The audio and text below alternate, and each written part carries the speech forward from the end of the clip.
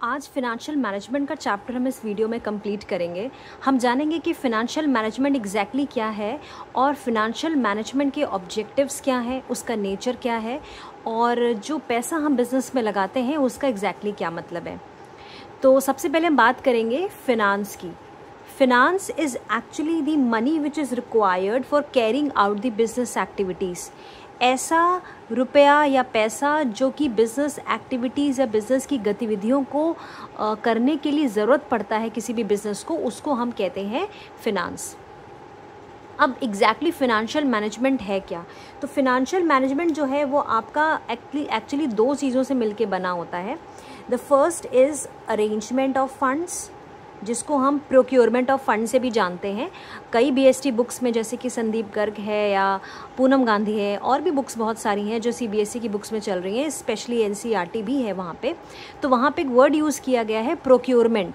तो चाहे आप प्रोक्योरमेंट बोलो आप या फिर आप उसको अरेंजमेंट बोलो, वो सब एक ही मतलब है। तो अरेंजमेंट और प्रोक्योरमेंट ऑफ फंड्स या फिर फिनांस आप बात कर सकते हो, ठीक है, जिसका मतलब ये है कि पैसे का इंतज़ाम करना is actually the arrangement of funds, यानी कि आप पैसा किन किन सोर्सेज से अरेंज करोगे। That is the first point which is required in financial management. Second is the usage of funds और फिनांस, यानी कि सेकेंड पॉइंट इंक्लूड करता है आपका कि उस पैसे का इस्तेमाल कैसे किया जाएगा। फिनेंशियल मैनेजमेंट में यही दो आपके मेन इंपॉर्टेंट कंपोनेंट्स हैं जो उसकी डेफिनेशन को कंप्लीट करते हैं। कि पहला तो आप अपने पैसे का अरेंजमेंट करोगे, यानी कि आप वो सोर्सेज देखोगे, वो स्तोत्र देखोगे जहाँ से आपको पैसे का अरेंजमेंट आप कर सकते हो। और सेकेंड इज़ आप उस पैसे का इस्तेमाल कैसे करोगे, ठीक है। ये दोनों डेफिनेशन मिल करके आपकी बनती हैं फिनेंशियल मैनेजमेंट की डेफिनेशन में, ठीक। Now this we have completed the very first topic. अब हम सेकंड पे आते हैं। सेकंड टॉपिक हमारा कहता है ऑब्जेक्टिव, ठीक है। Objective of FM, short form में लिख रहे हैं हम इसको, FM stands for financial management, ठीक है। तो यहाँ पे हम जानेंगे कि ऑब्जेक्टिव क्या है। एक्चुअली अगर आप अपनी बुक्स में देखोगे, कोई भी बुक आप जो बिजनेस स्टडीज़ के लिए यूज़ कर रहे हो, हर जगह पे एक ही चीज़ दी हुई है, maximisation of share holders fund या शेयर होल्डर्स वेल्थ कहते हैं, sorry it's share holders wealth, ठीक है। तो maximisation of share holders wealth का एग्जैक्टली क्या मतलब है? देखिए है क्या, जब मार्केट में शेयर होल्डर को किसी भी तरीके से फ़ायदा पहुंच रहा है, किसी भी रूप में अगर उसको फ़ायदा पहुंच रहा है, तो वो एक्चुअली में शेयर होल्डर्स की वेल्थ को इंक्रीज़ कर रहा होता है, ठीक है। तो और इसमें क्या होता है, शेयर होल्डर की वेल्थ को हम इंक्रीज़ कैसे मानते हैं कि वो इंक्रीज़ कर रही है, फ़ायदा हो रहा है। तो इसमें एक इसका फॉर्मूला है, ठीक है, जिसको हम ऐसे लिखते हैं, शेयर होल्डर्स वेल्थ अगर आपको निकालनी है is equal to total number of shares into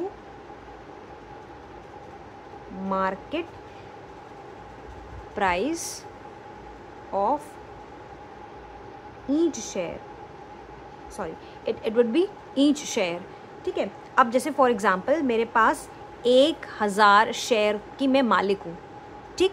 market दाम में वो हर शेयर आपका 10 रुपये का है, तो टोटल मेरी वेल्थ कितनी हुई, 10,000। एंड यहाँ पे बात इक्विटी की हो रही है, इक्विटी शेयर्स की, नॉट प्रेफरेंस शेयर्स। क्यों? क्योंकि जो मालिकाना हक है वो इक्विटी शेयर से बनता है, प्रेफरेंस शेयर से नहीं बनता है। सो यहाँ पे हम बात कर रहे हैं इक्विटी शेयर्स की, कि अगर आपको जानना है कि शेयर होल्डर्स की वेल्थ बढ़ रही है या घट रही है, तो वो इस फॉर्मूले से आप जान सकते हैं कि शेयर होल्डर्स की वेल्थ क्या है।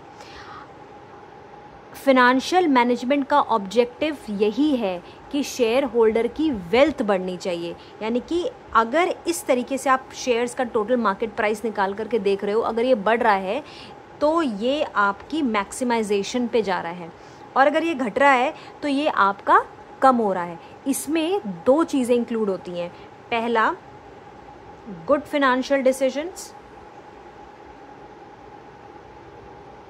ठीक है, ये हो गया। एंड सेकंड इज आपका, इसमें सेकंड आ जाता है, वो आता है आपका पुअर फिनेंशियल डिसीजंस। ये दो तरीके के डिसीजंस होते हैं जो कोई भी मैनेजमेंट होती है उसको लेने पड़ते हैं, ठीक है। अब गुड फिनेंशियल डिसीजन कौन सा होगा, जहाँ पे शेयर होल्डर की वेल्थ मैक्सिमाइज करेगी यानी कि बढ़ेगी, और पुअर फिनेंशियल डिसीजन वो होगा जहाँ पे शेयर होल्डर की वेल्थ जो होगी वो गिरेगी, यहाँ पे बढ़ेगी और यहाँ पे घटेगी यानी कि डिक्रीज़ हो जाएगी। अब है क्या कि अगर कोई भी कंपनी है जिसका market price, value of market price of equity share अगर बढ़ रहा है, तो इट मीन्स, मतलब ये तो अंडरस्टूड है कि कहीं ना कहीं इस फॉर्मूले के हिसाब से जब हम निकालेंगे मार्केट प्राइस अगर बढ़ जाएगा तो उस पर्टिकुलर शेयर होल्डर को ज़्यादा पैसा मिलेगा, मतलब वो ज़्यादा पैसे का उसका पूरा वेल्थ बन जाएगी। अगर आप इस फॉर्मूले में पुट डाउन करोगे कि मार्केट प्राइस अगर बढ़ रहा है, ठीक है, तो आपको खुद ही ऑटोमेटिकली आपका जवाब मिल जाएगा कि अगर मान लीजिए 10 रुपये का शेयर है, अब मान लीजिए मार्केट में ये 20 रुपये का हो रहा है, तो 1,000 आपके पास है, आप शेयर होल्डर 1,000 के हो, बट अगर आप उसको 20 से इंटू करोगे तो अब आप मालिक कितने के हो, 20,000 के। That is how it is calculated, कि अगर आप शेयर होल्डर्स की वेल्थ को कैलकुलेट करना चाहते हो तो आप इस फॉर्मूले से कैलकुलेट कर सकते हो। और अगर मार्केट प्राइस इक्विटी शेयर्स का बढ़ रहा है, इट मीन्स आपका शेयर होल्डर्स वेल्थ बढ़ रहा है, और अगर मार्केट प्राइस उस इक्विटी शेयर का गिर रहा है, इसका मतलब कि शेयर होल्डर्स वेल्थ क्या कर रही है, डिक्रीज कर रही है।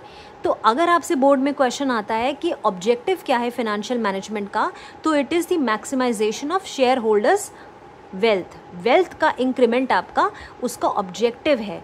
और इसमें दो तरीके के डिसीजन हमने यहाँ बता दिया आपको, गुड फिनेंशियल डिसीजन और poor financial decision. Poor financial decision में आपका शेयर होल्डर्स वेल्थ क्या करेगी, गिर जाएगी, डिक्रीज कर जाएगी, और अगर अच्छा डिसीजन होगा तो वो क्या करेगी, इंक्रीज कर देगी। That's all for today, thank you.